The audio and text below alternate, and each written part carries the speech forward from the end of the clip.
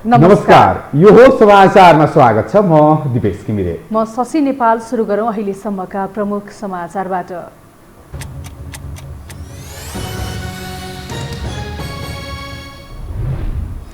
माधव नेपालसँग सन्तुष्ट नेताहरू राजनीतिक सङ्कटमा। 10 बुँदे सहमति कार्यान्वयनमा ओलीको अरुचि। तेस्रो धारको रूपमा नयाँ पार्टी खोल्ने बारे छलफल। आफूलाई ओली र नेपाल दुवैको समर्थन रहेको मुख्यमन्त्री साक्यको भनाई। पार्टी एकताको प्रयास जारी रहेको जिकिर। नेपाल पक्ष दल दर्ता हुन साथ सरकारमा सहभागी हुने। तराईको मिथिला क्षेत्रमा रक्षाबन्धनको रौनक। राखीले सजिए फेन्सी पसल। जनै र क्वाटीको व्यापार भने फत्तै घटेको व्यापारीहरूको गुनासो। अफगानिस्तानमा नयाँ शासकीय स्वरूप निर्माणमा जुट्दै तालिबान। आफ्नो सरकारलाई मान्यता दिन अन्तर्राष्ट्रिय समुदायसँग अपिल। र विश्वकप क्रिकेट लिग 2 र एकदिवसीय सिरिजका लागि 17 सदस्यीय नेपाली क्रिकेट टोलीको घोषणा। तीव्र गतिका बलर गुलसन झा पहिलो पटक राष्ट्रिय टोलीमा परे।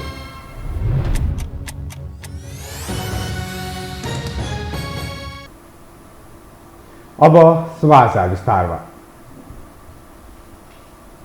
करिब 6 महिना लामो एकता र विभाजनको लडाईँपछि एमाले अन्ततः विभाजित बन्यो। माधव कुमार नेपालले फरक पार्टी बनाएका छन् भने केपी शर्मा ओली संस्थापनमै कायम छन्। तर यसअघि नेपाललाई साथ दिँदै आएका नेताहरूले तेस्रो धार जन्माएपछि उही लडाईँ दोहोरिँदैछ। एक रिपोर्ट। 15 वर्ष महासचिव भएर आफैले फलाइ फुलाइ बनाएको पार्टीबाट बहिर्गमित हुँदै एमालेका वरिष्ठ नेता माधव कुमार नेपालले नेकपा एकीकृत समाजवादी नामको पार्टी दर्ता गराएका छन्। तर यसअघि उनलाई सघाउँदै आएका दोस्रो तहका नेताहरूले निर्णायक मोडमा साथ छोडेर पार्टीभित्रै सङ्घर्ष गर्ने बताएपछि एमालेमा तेस्रो धार जन्मिएको छ। र यो धारको नेतृत्व उपाध्यक्ष युवराज गेवाली, भीम रावल, अष्टलक्ष्मी साक्य र उपमहासचिव घनश्याम भुसालले गरिरहेका छन्। उनीहरूको साथमा सचिवहरू योगेश भट्टराई, गोकर्ण विष्ट र भीमाचार्य छन् भने 2 स्थायी कमिटी सदस्य सुरेन्द्र पाण्डे र रघुजी पन्त सहित 57 जनाको समूह तेस्रो धारमा छ। अध्यक्ष केपी शर्मा ओली र एकताका लागि सबै ढोका बन्द भएको भन्दै नयाँ पार्टी बनाएका माधव नेपाललाई सच्चिएर पार्टीमा फर्किन यो धारले आह्वान गरिरहेको छ। त्यसका लागि दल विभाजन सम्बन्धी जारी भएको अध्यादेशको विरोध र 10 बुँदे सहमति कार्यान्वयनको मुद्दालाई तेस्रो धारले प्राथमिकता दिएको छ। पार्टी अलग खोल्ने प्रक्रियामा जो नेता र सांसदहरू संलग्न हुनुभएको छ उहाँहरूले त्यसलाई तत्काल रोक्नुपर्छ र उहाँहरूमाथि गरिएको जुन कारबाही भनिएको छ त्यो कारबाही खारेज हुनुपर्छ भन्ने कुरा हामीले अगाडि सारेका छौँ, त्यसको माग गरेका छौँ। र साथसाथै 20% झारिएको छ यो लोकतन्त्रको लागि र हामीले जुन सहमति गरेका थियौँ त्यति बेला संविधान निर्माणको बेलामा, तर त्यसको जे उद्देश्य थियो त्यो उद्देश्यको विपरीत छ। त्यसैले त्यो खारेज हुनुपर्छ भन्ने पनि हाम्रो माग रहेको छ। अध्यक्ष ओली र वरिष्ठ नेता नेपाल एकताका सबै प्रक्रिया भङ्ग गरेर फरक फरक दलको नेता बनिसकेका छन्। यो अवस्थामा 21 दिनभित्र नेता कार्यकर्ता वा जननिर्वाचित प्रतिनिधिले आफ्नो कित्ता क्लियर गर्दै पहिचान खुलाउनु पर्नेछ। तेस्रो धारका नेताहरूले समेत एमालेमै रहने वा माधव नेपालले गठन गरेको पार्टीमा जाने निर्णय 21 दिनभित्रै गर्नुपर्नेछ। त्यसो नभए यही अवधिमा 20% पुर्याएर फरक पार्टी दर्ता गर्ने सुविधा पनि छ। यदि यीमध्ये कुनै विकल्पमा 21 दिनभित्र निर्णय नगरे सांसद पद नै जान सक्छ। तर तेस्रो धारका नेताहरू नदीका 2 किनारा बनेका ओली माधवलाई एक बनाउन अझै लागि परेका छन्।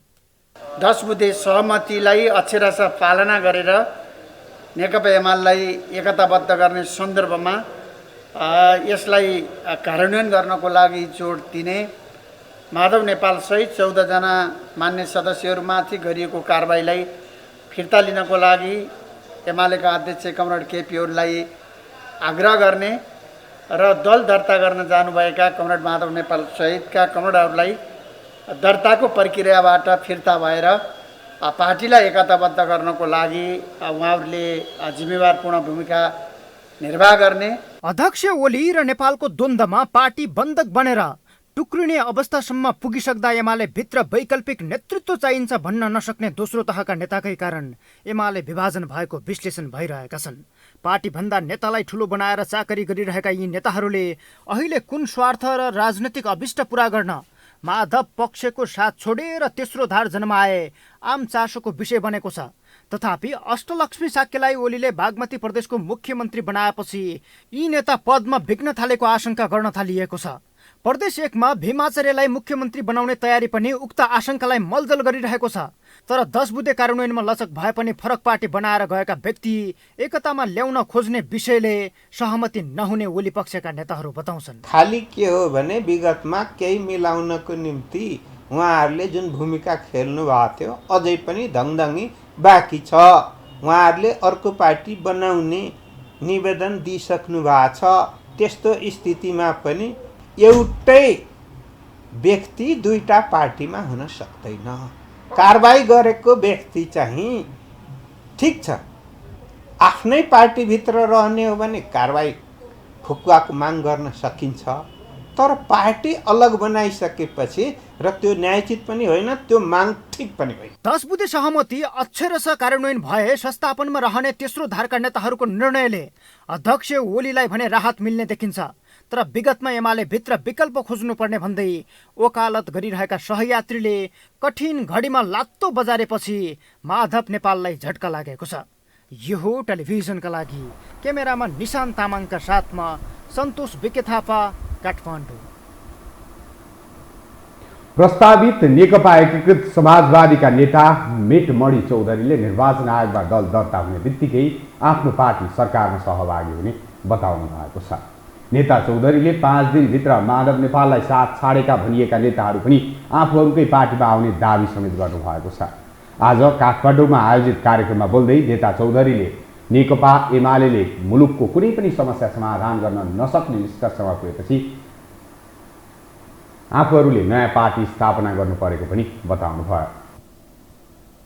बन्दुक पट्किरहेको बेला निकै थोरै मान्छे मात्रै फ्रन्ट लाइनमा आएर उभिन सक्ने हिम्मत राख्छन् र उहाँको कुरा के उहाँले सोध्नु दाइले भन्नुहुन्छ। तर निष्कर्षमा भन्न चाहन्छु 5 दिनभित्र सबैजना उहाँहरू नेपाल कम्युनिस्ट पार्टी एकीकृत समाजवादीमा फर्किनुहुन्छ। नेता ठाकुर गैरेले पार्टी एकताका लागि 14 जना सांसदहरूमाथि गरिएको कारबाही तत्काल फिर्ता लिन अध्यक्ष ओलीलाई आग्रह गर्नुभयो भने वरिष्ठ नेता माधव कुमार नेपाललाई निर्वाचन आयोगमा दल दर्ताका लागि दिएको निवेदन फिर्ता दिन दबाब दिनुभयो। उहाँले आफूहरू पार्टी एकताको पक्षमा उभिएको पनि पटक पटक दोहोर्याउनु भयो। दोस्रो बुँदा भनेको केपी ओली कमरेडको नेतृत्वमा 10 बुँदे अक्षरशः लागू हुने परिस्थितिको निर्माण, त्यसको ग्यारेन्टी, त्यसको प्रत्याभूति, त्यसको कार्यान्वयनको चाहिँ सुनिश्चितता र त्यस दिशामा हामी अगाडि बढ्ने कुराको नेतृत्व कमरेड केपी ओलीले यो दुईटा काम गर्नुपर्नेछ। आजभोलि दोस्रो माधव कमरेडले गर्नुपर्ने दुईटा काम छन्।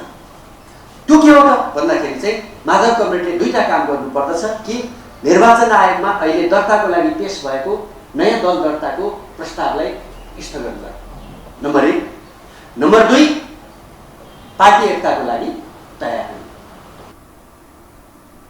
नेता गैरेले 2/3 बहुमत प्राप्त सरकारबाट पार्टीलाई सडकमा ल्याउने काम नेतृत्वले गरेको भन्दै आक्रोश समेत व्यक्त गर्नुभयो। अब बाँकी समाचार। बागमती प्रदेश की नवनियुक्त मुख्यमंत्री एवं नेकपा एमालेकी उपाध्यक्ष अष्टलक्ष्मी साक्यले आफू पार्टी एकताको पक्षमा रहेको स्पष्ट पार्नुभएको छ।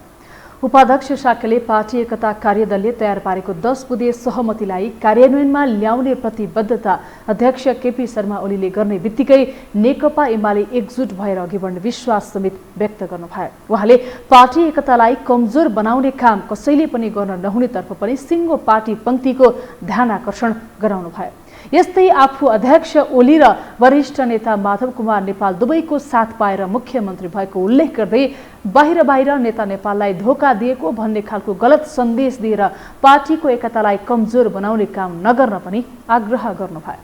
हाम्रो चाहिँ हामीलाई साथ छ, अनि त्यसपछि बाहिर कुरा आउँछ अस्त त के भयो भनेर हैन, त्यस्तो कुरा केही होइन। अनि लामो समय फलानासँग चाहिँ साथ दिएर लाग्ने, अहिले यतिखेर त मुख्यमन्त्री पाएपछि त अर्कोतिर भनेर भन्नुको गलत कुरा। यो गलत सन्देश चाहिँ दिने काम नगरिदिनुहोस्, गलत सन्देश दिने काम नगर्नुहोस्। जे छ त्यही कुरा चाहिँ बाहिर आयो भने चाहिँ यसले हौसला बढाउँछ।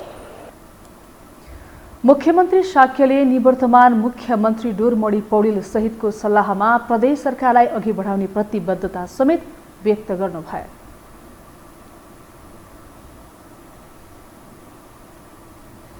पछिल्लो 24 घण्टामा नेपालमा थप 2075 जनामा कोरोना संक्रमण पुष्टि भएको छ। 13,075 वटा स्वाब नमुनाको परीक्षण गरिएकोमा 2075 जनाको नतिजा पोजिटिभ आएको हो। पछिल्लो 24 घण्टामा कोरोनाका कारण 30 जनाको मृत्यु पुष्टि भएको छ। योसँगै नेपालमा कोरोनाका कारण मृत्यु हुनेको संख्या 10,485 पुगेको छ। पछिल्लो 24 घण्टामा देशभर 2,382 जना निको भएका छन्। योसँगै नेपालमा कोरोना मुक्त हुनेको संख्या 6,95,255 पुगेको छ। हाल देशभर सक्रिय संक्रमितको संख्या 39,321 रहेको स्वास्थ्य तथा जनसङ्ख्या मन्त्रालयले शनिबार जनाएको छ। वैदेशिक रोजगारीका क्रममा मलेसियामा ज्यान गुमाएका 8 जना नेपालीको शव शनिबार काठमाडौँ ल्याइएको छ। त्रिभुवन अन्तर्राष्ट्रिय विमानस्थलका अनुसार आज 8 जनाको शव साथै अन्य 16 जनाको अस्तु पनि नेपाल ल्याइएको हो। केहीको रोजगारीको क्रममा दुर्घटना र अन्य घटनामा परेर ज्यान गुमाएकाको र उनीहरूको त्यही दाह संस्कार गरिएकाले अस्तु मात्रै नेपाल ल्याइएको जनाइएको छ। हामीसँग समाचार बाँकी नै छन्, अहिलेलाई विश्राम।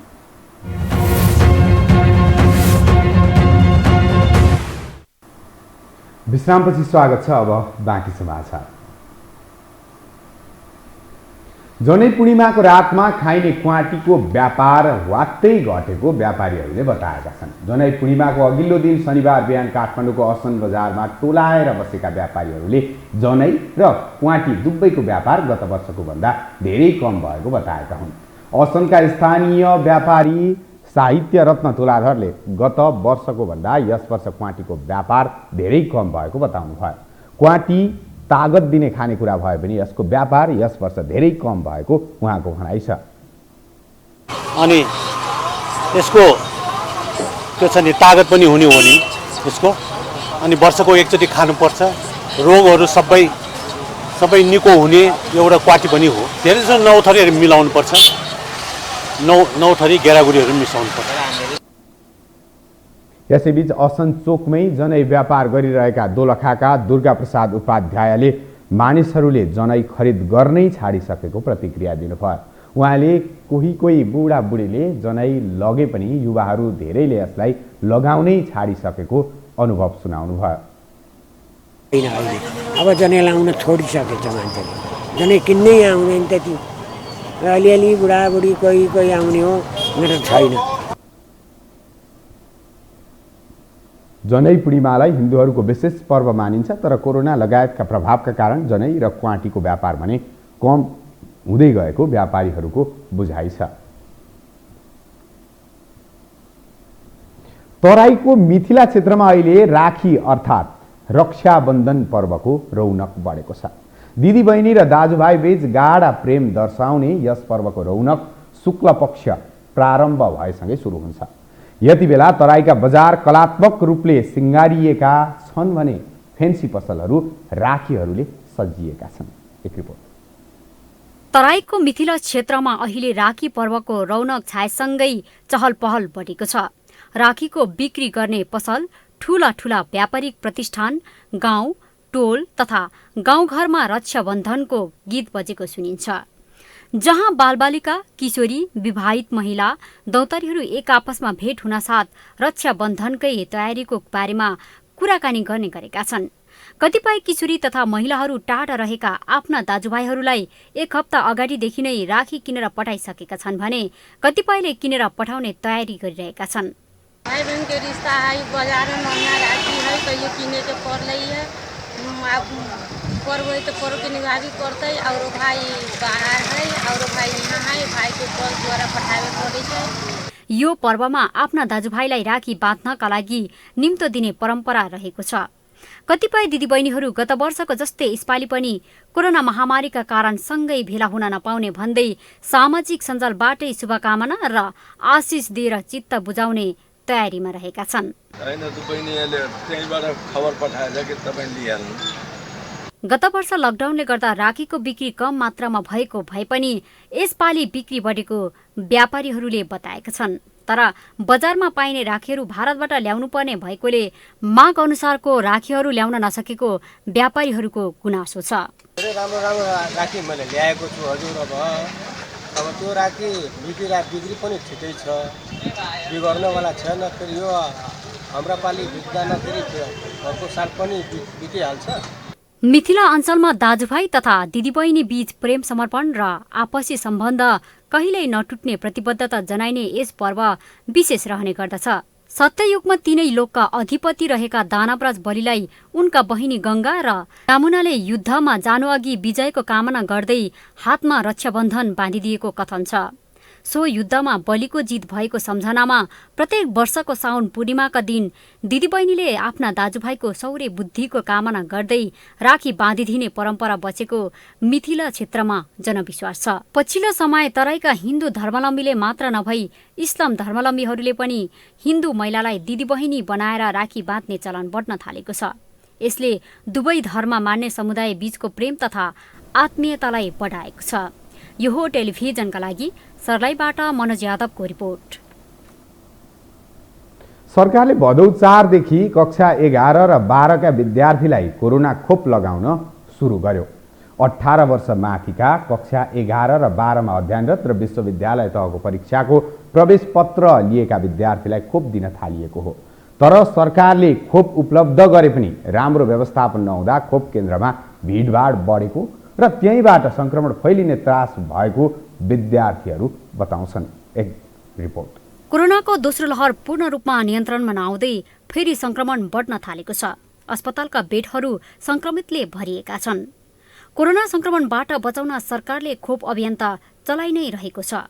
तर व्यवस्थित नहुँदा खोप केन्द्रहरू नै महामारी फैलाउने माध्यम बनिरहेका छन्।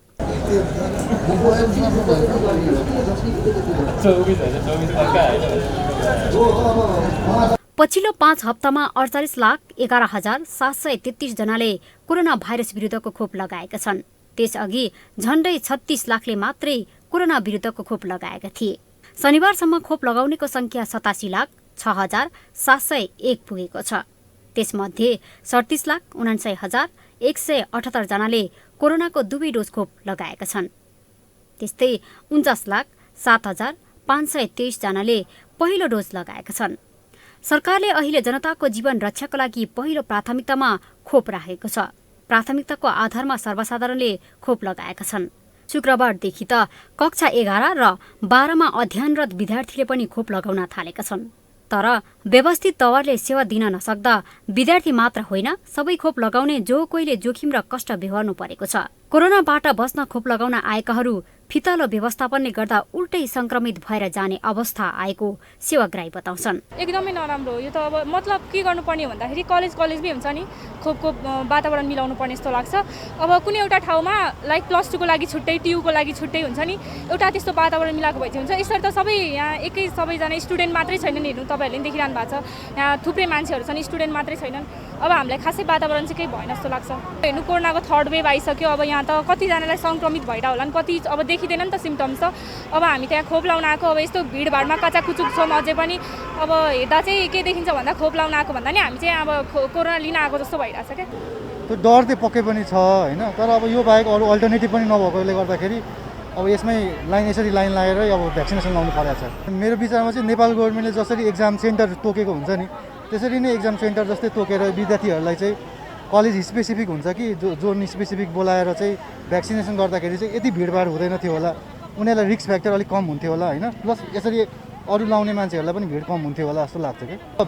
त्यही हो, भ्याक्सिनेसनसँगै अब व्यवस्थापन पनि सजिलो भइदिएको भए, अब टाइम स्लट जस्तै मेन्टेन गरिदिएको भए चाहिँ अझै योभन्दा धेरै प्रभावकारी हुन्थ्यो होला। अब यहाँ त बसिराख्दाखेरि टाइम पनि लस, एक त सङ्क्रमण हुने पनि डर भयो होइन। सरकारले विद्यार्थीहरूको लागि छुट्टै खोप केन्द्रका व्यवस्था गरेको भए यसरी घण्टौं लाइन बस्नु नपर्ने र सहजै खोप पाउने अवस्था आउने उनीहरू बताउँछन्। तर सबैलाई एकै ठाउँमा खोप लगाउने व्यवस्था भएको कारण र बीचबीचमा स्थानीय नेता तथा व्यवस्थापकहरूले आफ्नो मान्छेलाई छिराएर खोप लगाएको कारण आफूहरूलाई गाह्रो भएको उनीहरू गुनासो गर्छन्। व्यवस्थापन चाहिँ अब लाइन बसेको मान्छेहरूलाई धेरै प्राथमिकता दिएर होइन, त्यो बिचबाट आउने आफ्नो मान्छेहरूलाई छिराउने जुन प्रथा छ हाम्रो नेपालमा त्यो चाहिँ अलिक कम भयो भए बिहानदेखि बसेकोहरूलाई सजिलो हुन्थ्यो नि त। हो विद्यार्थीहरूलाई चाहिँ अब वडामा भन्दा नि स्कुलले नै उनीहरूको जति स्टुडेन्ट छ नि उनीहरूलाई चाहिँ स्कुलले नै आफ्नो स्टुडेन्ट्सहरूलाई दिने म्यानेजमेन्ट गरिदिएको भए चाहिँ विद्यार्थीलाई अझै सजिलो हुन्थ्यो। तर स्टुडेन्टहरूलाई सहज तरिका छ जस्तो मलाई लाग्दैन। आफ्नो मान्छेहरू घुसाउने भइरहेको छ होइन, त्यो चाहिँ अलि मलाई मन परेन। यस्तो नभइदिएको भए हुन्थ्यो होला। कलेजमा स्टुडेन्टहरूको लागि एकदम सहज, अहिले बाहिर जाने स्टुडेन्टहरूको लागि उनीहरूलाई एकदम आवश्यकता छ नि त खोपको, तिनीहरूको लागि राम्रो भइदिएको हुन्थ्यो होला जस्तो लाग्छ। अब वडा कार्यालयमा दिएको भए पनि त्यो पनि सहज हुन्थ्यो होला, तर त्यस्तो छैन। हामी वहाँ पाटन बस्ने मान्छे अहिले यहाँ आएर खोप लगाउनु परिरहेको छ, ललितपुर बस्ने मान्छे यता आएर खोप लगाउनु परिरहेको छ। त्यही भइदिएको भए व्यवस्था हामीलाई सजिलो हुन्थ्यो। यता विज्ञहरूले पनि खोप केन्द्रबाट नै धेरै संक्रमित भएको बताउँछन्।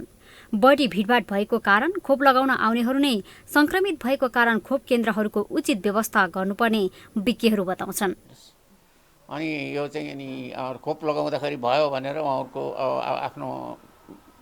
चाहिँ भनाइ पनि छ। त्यसो गर्दाखेरि अब यो चाहिँ अब स्वास्थ्य संस्थामा अथवा स्वास्थ्य सेवाको सिलसिलामा यो हेर्नु दुर्भाग्यपूर्ण होइन, त्यहाँ रोक्नु पर्थ्यो। यसरी काम गर्नुपर्ने रहेछ र पो यो चाहिँ कोरोना नसर्दो रहेछ भनेर एउटा चाहिँ उदाहरण दिनु पर्थ्यो, उदाहरण देखाइदिनु सक्नु पर्थ्यो। स्वास्थ्य मन्त्रालयले, स्वास्थ्य सेवा विभागले, जसले यो सेवा दिएर केही पनि मतलबै छैन। चाहिँ खालि खोप लगाइदियो भने चाहिँ त्यहाँ अनि चाहिँ कुनै अनि चाहिँ त्यो चाहिँ अनि सङ्क्रमणको विरुद्धको कुनै प्रचार प्रसार पनि छैन। हरेक मान्छेलाई एउटा चाहिँ कोरोना कसरी सर्छ, यसका लक्षणहरू के हो, कति बेला अस्पताल जाने भन्ने एउटा पाम्पलेट दिए पनि हुन्थ्यो, त्यो पाम्पलेट पनि दिन सक्दैन। बडो विचित्रको अवस्था छ कि यहाँ हेर्दाखेरि। लाइनहरू पनि अव्यवस्थित र मानिसहरूबीच आपसमा दूरी नहुँदा खोप केन्द्र नै कोरोनाको हटस्पट बन्ने खतरा देखिएको छ। खोप लगाउन लाइन बस्ने क्रममा पर्याप्त सावधानी नअपनाए त्यहीबाट संक्रमण फैलने सम्भावनालाई नकार्न सकिँदैन। त्यसैले यस्तो अवस्थामा संक्रमणबाट बस्न स्वास्थ्य मापदण्ड पालना र सामाजिक दूरी कायम गर्नेबारे नागरिक नै गम्भीर बन्न आवश्यक छ। यो हो टेलिभिजनका लागि क्यामेरामा निशान्त तामाङका साथमा लीलामाया ठटाल, काठमाडौँ। अब बाँकी समाचार। ललितपुर महानगरपालिकाले जात्रा मनाउँदा कोभिड संक्रमण फैलन सक्ने भन्दै प्रतीकात्मक रूपमा मनाउन आग्रह गरेको छ। महानगरभित्र मनाइने सबै प्रकारका जात्राहरू पुजारी र सीमित संख्यामा सहभागी भएर मनाउने निर्णय गरिएको छ।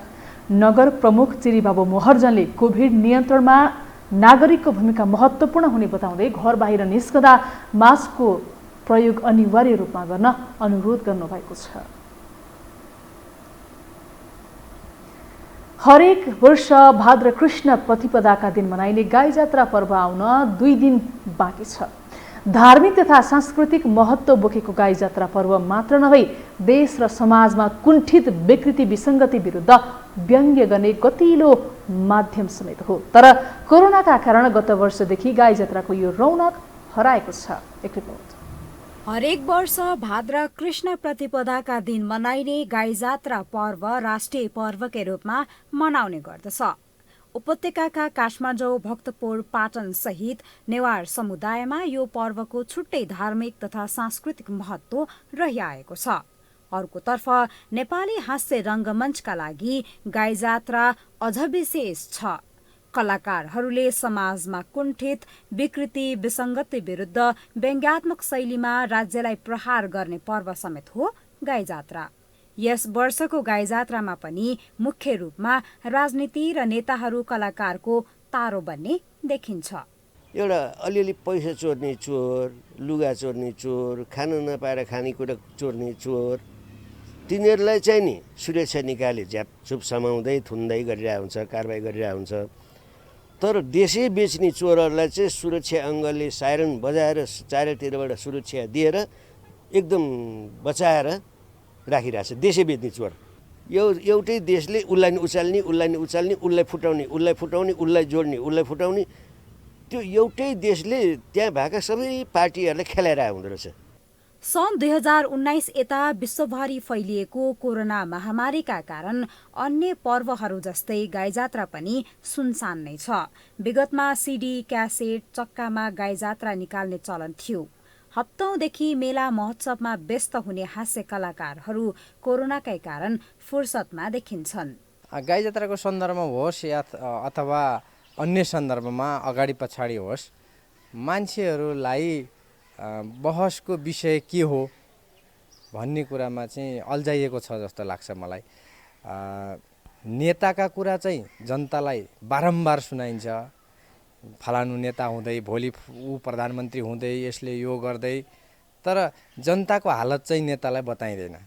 त्यसकारण मिडियाले पनि त्यही काम गर्नुपर्छ र हामी काम गर्ने समाजको एउटा वाचडगकै रूपमा काम गर्ने, हामी पनि हाँस्य व्यङ्ग्य राजनीतिक विषय सम्बन्धी काम गर्ने मान्छेहरूले पनि र हाँस्य व्यङ्ग्य गर्ने कलाकारहरूले पनि जनताको कुरा नेतालाई र नेताको कुरा जनतालाई चाहिँ सजिलोसँगले गर्नुपर्छ भन्ने लाग्छ। कलाकारहरू अहिले टेलिभिजन तथा रेडियो कार्यक्रमहरूमा सीमित भएका छन्, तर प्रविधिको विकाससँगै अहिले फेसबुक, युट्युब लगायतका सामाजिक सञ्जाल मार्फत कलाकारहरू दर्शकसम्म पुगिरहेका छन्। युट्युबमा काम गरिरहनु भएको छ कति कमेडियनहरूले आउने युट्युबमा र टेलिभिजनमा आउने सोहरूको ब्याकमै बसेर पनि काम गरिरहनु भएको छ हैन।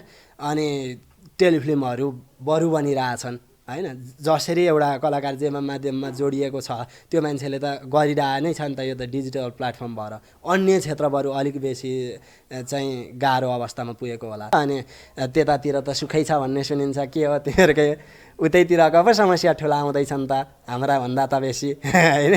किनकि हामीले भएको समस्या त गौडा समस्या भए, फलानु नेता चाहिँ यस्तो धोका दिनुभयो म पो दुःखमा परिरहेको छु त भन्ने खालको उहाँका चाहिँ गुनासो आउनु चाहिँ सायद अलिकति लाज मर्नु हो है कमरेडहरू। कोरोना महामारी नियन्त्रणका लागि गरिएको लकडाउनका कारण समग्र अर्थतन्त्र थलिएको छ। आम मानिसको दैनिकी आर्थिक सामाजिक तवरमा मात्र नभई मानसिक रूपमा समेत विभिन्न समस्याहरूबाट थकित छन्। गाईजात्रा मात्र नभई सबै मेला, महोत्सव, चलचित्र भवन सबै बन्द छन्। यसको प्रत्यक्ष प्रभाव कलाकार अनि कला क्षेत्रमा परेको छ। यो हो टेलिभिजनका लागि क्यामेरामा निशान तामाङका साथमा निम्लेकी शर्पा, काठमाडौँ। जन्मपछि मृत्यु निश्चित छ, यो ध्रुव सत्य कुरा हो। तर कुनै कुनै मृत्यु यस्तो हुन्छन् जसले दुनियाँलाई भावविह्वल बनाउँछन्। रुकुम पश्चिमकी धर्मकुमारी बटालाको यस्तै मृत्युले विश्वभरका नेपालीको मन कुटिएको छ। रुकुम पश्चिम 8 बिस्कोट नगरपालिका 9 सुन्दर पानीकी धर्मकुमारी बटाला आफूलाई सामान्य बिरामी बताउँथिन्। बिहिबार पनि कामको सिलसिलामा नेपालगञ्ज बस्दै आएका श्रीमानलाई उनले आफू सामान्य नै रहेको बताइन्। श्रीमानले गाउँमै भएको मेडिकलमा उपचार गर्न सल्लाह दिए, तर सुधार नभएपछि नेपालगञ्ज नै बोलाउने निधो गरे। श्रीमानकै सल्लाह अनुसार घरमा एक्लै बस्दै आएकी उनी सबै चाँजो पाँजो मिलाएर 2.5 वर्षको नाबालक छोरासहित नेपालगञ्जको यात्राका लागि तयार भइन्। रुकुम पश्चिमबाट जाजरकोट, सल्यान, सुर्खेत हुँदै नेपालगञ्ज पुग्न उनलाई करिब 12 घण्टा नै लाग्थ्यो। बिहिबार बेलुका 5 बजेतिर 2.5 वर्षको दुधे बालकलाई काखमा च्यापेर उनी 12 घण्टाको रात्रिकालीन यात्रा गर्न तयार थिइन्।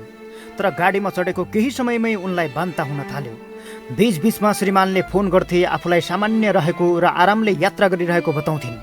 श्रीमान बिहान लिन जाने योजनाका साथ निधाउँछन्। गाडीभित्र चिनेका कोही थिएनन्। यात्राको सहयात्रा भनेकै त्यही नाबालक छोरा।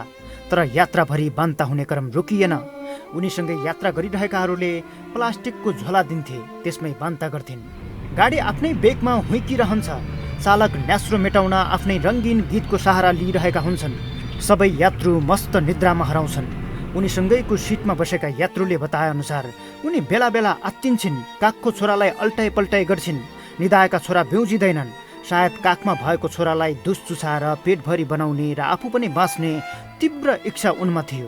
तर यति बेलासम्म उनलाई नियतिले अन्तिम अवस्थामा पुर्याइसकेको थियो। दुःखका 100 झङ्कार तर्दै यात्रा गरिरहेकी उनी छटपटाउँदै सदाका लागि अस्ताउँछिन्। छोरा रोएको आवाज आउँछ। आसपासका सिटमा बसेका यात्रुहरूले उनलाई उठाउन खोज्छन्, तर उनी कहिल्यै नफर्किने गरी निधाइसकेकी हुन्छन्। दुधे बालक धेरै रुन थालेपछि यात्रुहरूले आमाको काखमा राखिदिन्छन्। कसैले फोटो खिच्छन्, जुन अहिले सामाजिक सञ्जालमा निकै हृदय विदारक रूपमा छाइरहेको छ।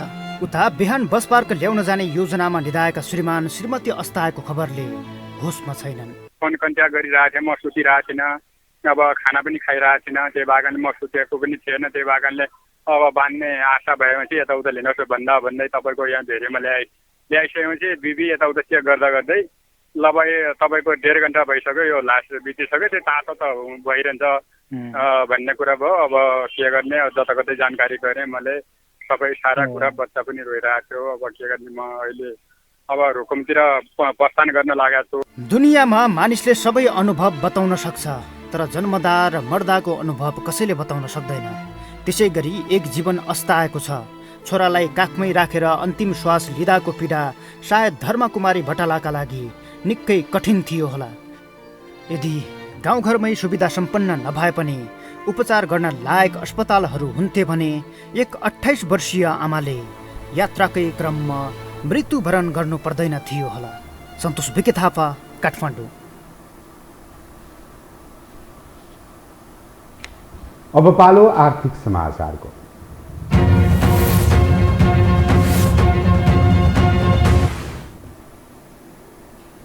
संघीयता कार्यान्वयन भएसँगै 753 स्थानीय निकाय गठन भयो। स्थानीय सरकार सञ्चालन ऐन 2074 पनि जारी गरियो, तर मैमत्ता भएका स्थानीय सरकारको खर्च गर्ने र खर्च लुकाउने शैली भने परिवर्तन हुन सकेको छैन। महालेखा परीक्षकको कार्यालयले राष्ट्रपति समक्ष पेश गरेको 58औं प्रतिवेदन अनुसार 343 स्थानीय तहले कानुन विपरीत खर्च गरेको प्रतिवेदनमा उल्लेख भएको छ। 343 स्थानीय निकायमा 1 अर्ब 33 करोड रुपियाँ बराबरको सवारी साधन खरिद गरेको पाइएको छ। त्यस्तै कानुन विपरीत आफ्नै सेवा सुविधा बढाएको, आर्थिक ऐन विधि तथा कानुन विपरीतका सुविधा लिएको पाइएको छ। स्थानीय सरकार सञ्चालन ऐन 2074 को परिधिभित्र रही औचित्यताका आधारमा मात्रै खर्च गर्नुपर्ने व्यवस्था भए पनि विविध खर्च शीर्षकमा मात्रै 471 स्थानीय तहले 1 अर्ब 31 करोड 88 लाख 20 हजार रुपियाँ बराबरको खर्च गरेका छन्। त्यस्तै 60 स्थानीय तहले वडा सदस्य लगायत जनप्रतिनिधि र कर्मचारीको अवलोकन भ्रमणमा मात्रै 7 करोड 78 लाख 80 हजार खर्च गरेका छन्। पुँजी निर्माणमा सहयोग नहुने तथा उत्पादनमा वृद्धि गर्ने खर्चलाई निरुत्साहित गर्नुपर्नेमा पुँजीगत शीर्षकमा विनियोजन गरेर चालु प्रकृतिका कार्यमा 129 स्थानीय तहले 36 करोड 77 लाख 87 हजार रुपियाँ बराबरको खर्च गरेका छन्। महालेखाले पुँजीगत बजेटबाट चालु प्रकृतिका कार्यमा खर्च गर्ने कार्यलाई पूर्ण रूपमा नियन्त्रण गर्न निर्देशन समेत दिएको छ। महालेखाको प्रतिवेदन अनुसार रौतहटको इस्नाथ नगरपालिकाले साडी कुर्ता वितरणमा 10,97,000 रुपियाँ, फतुवा विजयपुरले साडी ग्यास वितरणमा 88,86,000, मैनापुर नगरपालिकाले ग्यास चुलो वितरणमा 50,50,000 समेत गरी 1 करोड 50,33,000 बराबरको वितरणमुखी काममा खर्च गरेको पाइएको छ। पर्साको कालिका माई, बिन्दावासिनी, छिपरमाई, सखुवा प्रसौनी, सर्लाहीको विष्णु र बाराको प्रसौनी गाउँपालिकाले ग्यास सेट, ग्यास चुलो वितरण गरेको आधारमा 3 करोड 57 लाख 66 हजार खर्च गरेको छ। धनुषाको हम्सपुर नगरपालिकाले 2 आर्थिक वर्षमा 14,96,000 रुपियाँ बराबरको मोबाइल वितरण गरेको छ। काठमाडौँको नागार्जुन नगरपालिकाले आगलागी नियन्त्रणका लागि भन्दै 1 करोड 69 लाख 43 हजार रुपियाँ बराबरको खर्च गरेको भन्दै यस्तो कार्य तत्काल रोक्न महालेखाले निर्देशन दिएको छ। आर्थिक सहायताको नाममा 436 स्थानीय तहले 62 करोड 3 लाख 10 हजार रुपियाँ वितरण गरेका छन्। स्थानीय प्रशासन ऐन आर्थिक सहायता, चन्दा, पुरस्कार तथा संस्थागत अनुदान दिन नपाउने व्यवस्था गरे पनि आर्थिक सहायता वितरण गरिएको छ। प्रतिवेदन अनुसार 225 स्थानीय तहले स्थानीय सङ्घ संस्था क्लबलाई 21 करोड 22 लाख 36 हजार रुपियाँ बराबरको भुक्तानी दिएका छन्। महालेखाले अनुत्पादन तथा वितरणमुखी खर्च नियन्त्रण गर्नुपर्ने सुझाव दिएको छ। सवारी साधन खरिद नगरेका स्थानीय तहले भाडामा लिएका छन् भने केहीले आन्तरिक आयबाट त्यस्ता सवारी साधन खरिद गरेको भए पनि अधिकांशले वित्तीय समानीकरण अनुदानको बजेट प्रयोग गरेका छन्। त्यस्तै 51 स्थानीय तहले हेभी मेसिनरी खरिद गरी 33 करोड 50 लाख 50 हजार रुपियाँ खर्च गरेका छन्। ती सवारी साधनको मर्मतमा पनि उत्तिकै खर्च भएको छ। प्रतिवेदन अनुसार 520 स्थानीय तहले खरिद गुरु योजना तथा 471 स्थानीय तहले वार्षिक खरिद योजना बनाएका छैनन्। कुल 529 स्थानीय तहले प्रतिस्पर्धा नै नगराई विभिन्न निर्माण कार्य, वस्तु तथा सेवा सोझै खरिद गरेका छन्। त्यस्तै खरिदमा 5 अर्ब 92 करोड 53 लाख 46 हजार रुपियाँ बराबरको खर्च लेखेका छन्। सामाजिक सुरक्षा कार्यक्रममा पनि अनियमितता भएको पाइएको छ। कुल 170 स्थानीय तहले नागरिकता नम्बर र जन्म मिति एउटै भएका लाभग्राहीलाई 22 करोड 56 लाख 95 हजार रुपियाँ बढी खर्च लेखेका छन्। मृत्यु भएका दोहोरो नाम भएकालाई समेत सामाजिक सुरक्षा भत्ता वितरण गरिएको छ। त्यस्तै 38 स्थानीय तहले केन्द्रीय सूचना प्रणालीमा नाम समावेश नभएका विभिन्न व्यक्तिलाई 78 करोड 89 लाख 3 हजार रुपियाँ भत्ता वितरण गरेका छन्। महालेखाले बढी भुक्तानी दिनेलाई जिम्मेवारी बनाई सो रकम असुल गर्नुपर्ने बताएको छ। यो समाचारका लागि बिजनेस ब्युरोको रिपोर्ट। हामीसँग अन्तर्राष्ट्रिय र खेल समाचार बाँकी नै छन्। अहिलेलाई विश्राम।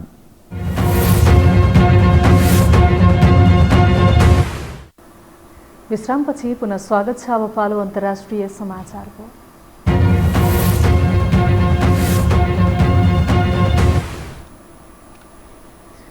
अफगानिस्तानमा सत्ता कब्जा गरेको विद्रोही समूह तालिबान नयाँ शासकीय ढाँचा निर्माणमा जुटेको छ।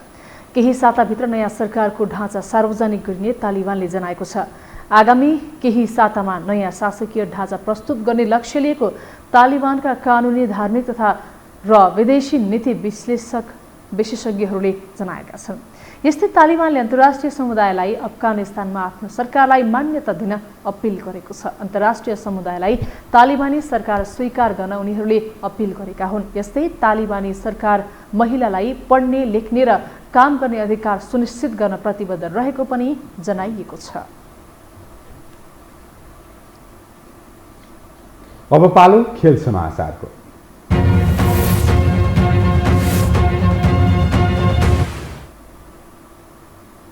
आईसीसी विश्वकप क्रिकेट लिग 2 र पपुवा न्युगिनीसँग हुने 2 एकदिवसीय सिरिजका लागि नेपालले 17 सदस्यीय नेपाली राष्ट्रिय टोलीको घोषणा गरेको छ।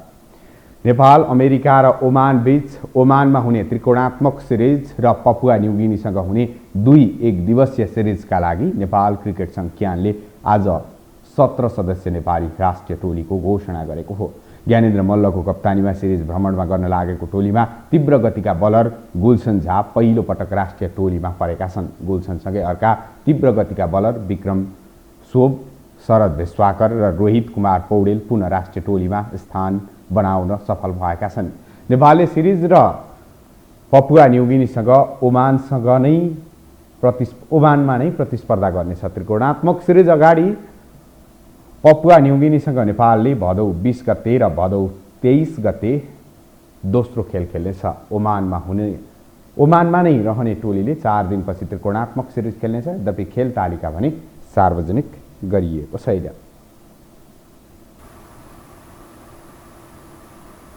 खेल समाचारसँगै हामी यो समाचारको अन्त्यमा आइपुगेका छौँ। बिदा हुनु अघि प्रमुख समाचार पुनः एकपटक।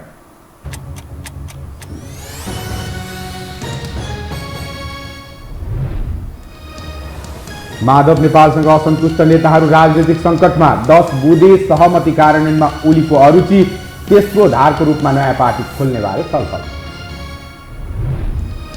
आफूलाई ओली र नेपाल दुवैको समर्थन रहेको मुख्यमन्त्री शाक्यको भनाई। पार्टी एकताको प्रयास जारी रहेको जिकिर। नेपाल पक्षीय दल दर्ता हुन साथ सरकारमा सहभागी हुने।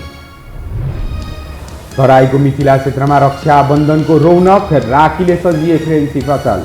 जनै र क्वाँटीको व्यापार भने वात्तै घटेको व्यापारीहरूको गुनासो।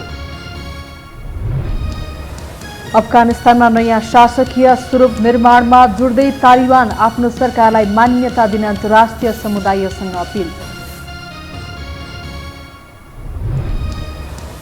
र विश्वकप क्रिकेट लिग 2 र एकदिवसीय सिरिजका लागि 17 सदस्यीय नेपाली क्रिकेट टोलीको घोषणा। तीव्र गतिका बलर गुलसन झा पहिलो पटक राष्ट्रिय टोलीमा परे।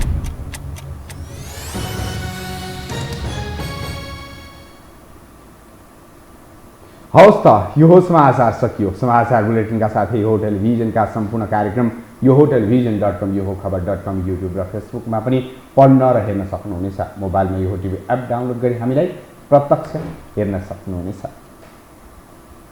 तथ्यसहितको निष्पक्ष समाचारका लागि हेर्दै रहनुहोला यो टेलिभिजन। नमस्कार।